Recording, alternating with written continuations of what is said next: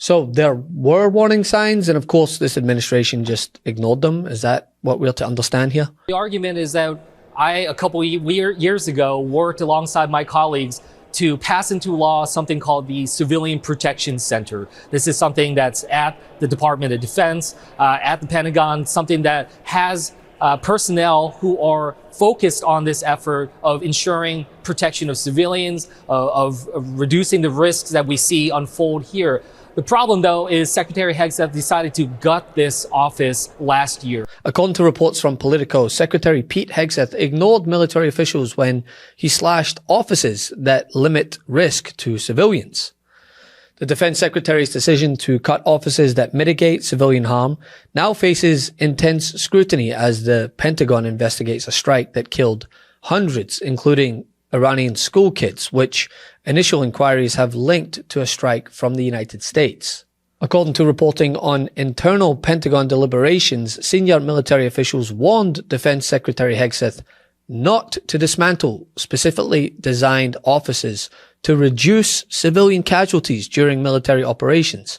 Those offices were part of a system developed over years of conflict to ensure that the US had better intelligence, stricter targeting standards, and investigative oversight when civilians were harmed. But it appears those warnings from military officials were just completely ignored, and the safeguards were dramatically reduced, which now appears might have been a deadly decision.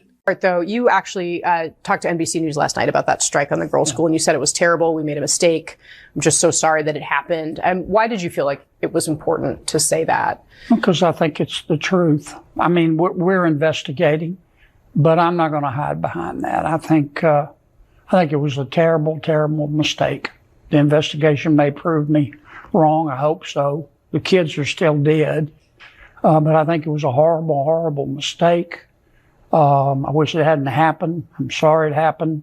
Yeah, I can assure you it wasn't intentional. That's the sort of thing Russia does. We don't do that. But, you know, I don't see any other possible explanation. And when you make a mistake, you ought to admit it. Most people understand no one's perfect, but I don't think our men and women who are fighting for us did it intentionally. I'll never believe that. At the center of the controversy is a Pentagon program focused on civilian harm mitigation and response, essentially the military's framework for preventing and investigating civilian casualties. And according to the article in Politico, the number of personnel dedicated to that mission dropped from around 200 to fewer than 40. Yeah, that's a pretty substantial reduction, especially right now as the United States is continuing to escalate their conflict in the Middle East. And officials familiar with the decision said that the cuts were part of a broader push by the Pentagon leadership to prioritize what they called lethality and battlefield flexibility over oversight mechanisms. I mean, Jesus. What we're saying here is that the bro Mandarin chief wanted more hoorahs over maybe let's hold up and think about this. Mr. Secretary, have you spoken with the family? How long is this operation, sir? I'm doing something about it. And I had to take an excursion. We had the greatest economy in history. We still do. Oh, this will bounce right back. When it's over, and I don't think it's going to be long, when it's over, this is going to bounce right back so fast. When are you going to know when it's over? When I feel it. Okay. I feel it in my bones. Will you ask anybody in particular? Would that be some of these a joint decision? Well, I deal with people. I have great people. Yeah.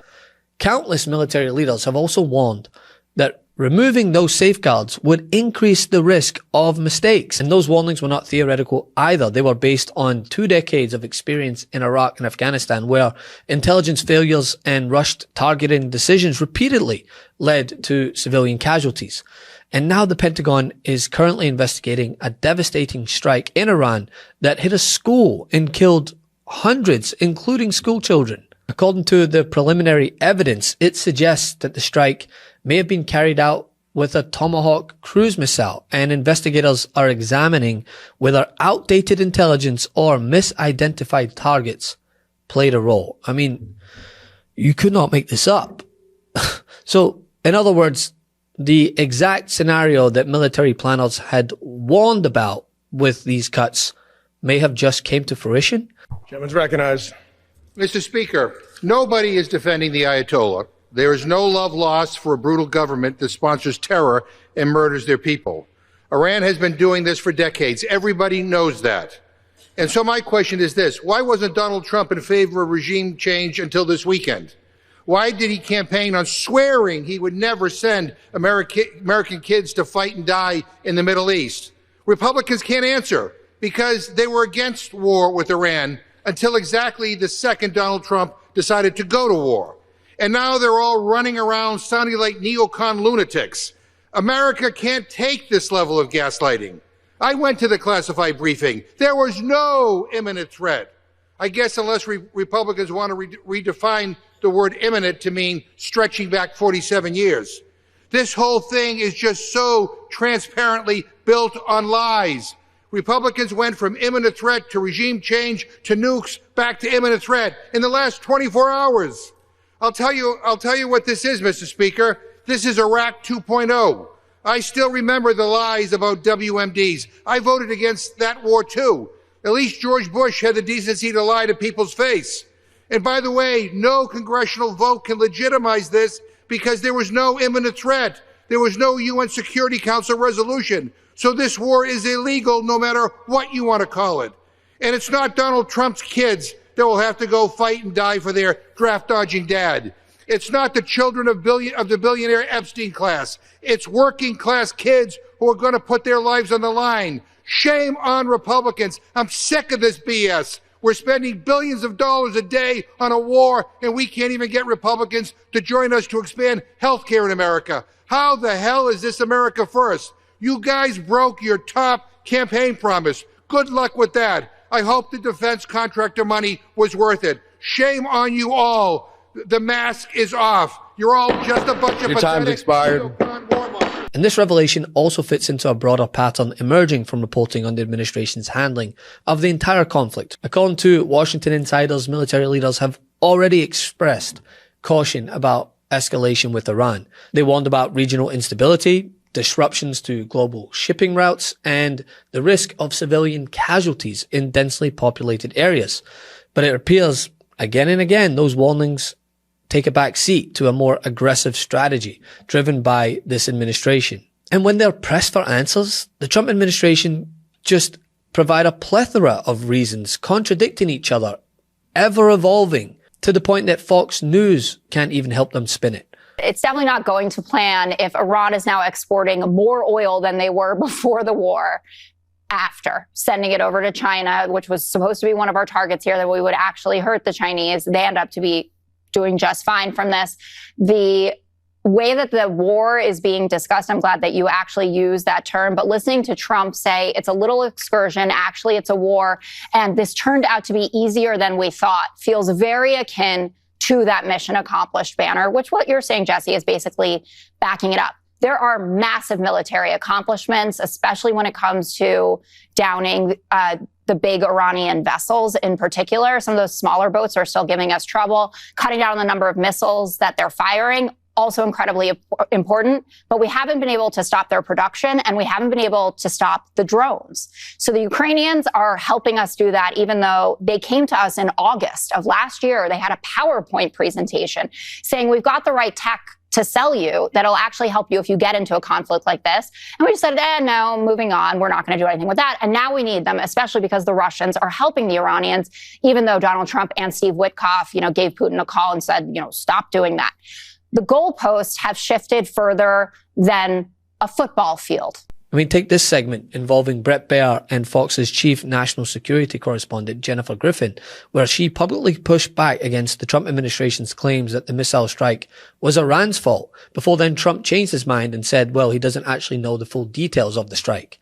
But as Griffin pointed out, satellite imagery and investigations suggest that the strike likely involved a Tomahawk cruise missile, a weapon used by the US, not Iran. One of the questions, Jen, in that news conference was about the strike on the girls' school that's next to a base in Iran, and it was a Tomahawk missile. The president saying Tomahawks are used by other countries, but an investigation is ongoing. What do we know about where that stands? Well, that was a bit surprising to me because basically the U.S. has Tomahawks.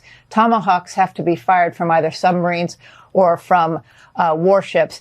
The Brits and the Australians have Tomahawks, but they're not part of this conflict. And then you also have the Japanese who are in a testing phase. So it seems highly unlikely that it would be anyone's Tomahawk other than a U.S. Tomahawk that hit that school.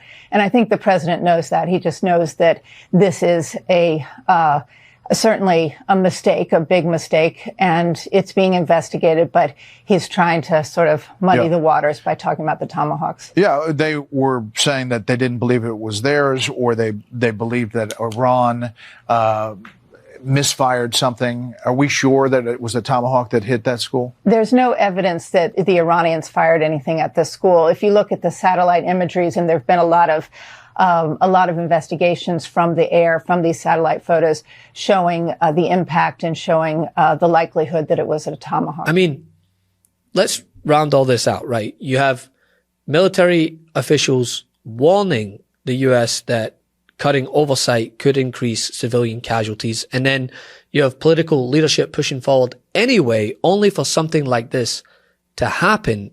It's no wonder that the American people feel left in the dark and are furious that their taxpayer dollars are going towards this. Want to stay plugged in? Become a subscriber to our Substack at MeidasPlus.com. You'll get daily recaps from Ron Filipkowski, ad-free episodes of our podcast, and more exclusive content only available at MeidasPlus.com.